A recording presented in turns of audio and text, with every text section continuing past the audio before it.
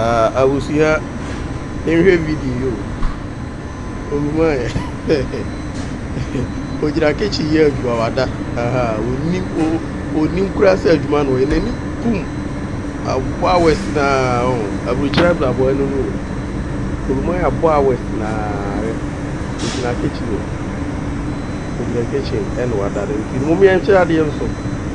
E discover mu bia.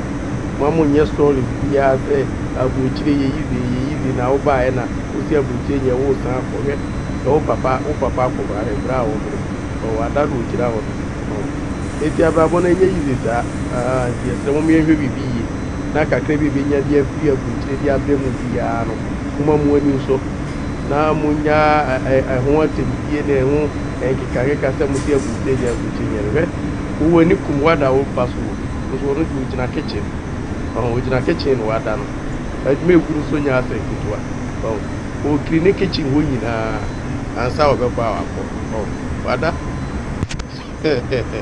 wada eti no sa na blaboni ti blabona kunchira blaboni sa wadi kum so be o wadi kum o so ni ti bi akuku no be okro ansa wo fi wa akọ o be ka se di papa pra uni empada so na ye ablabono be o jina ho wada wada pra wada yire fukura so kujira ju tino we ya just say TV e ya no like it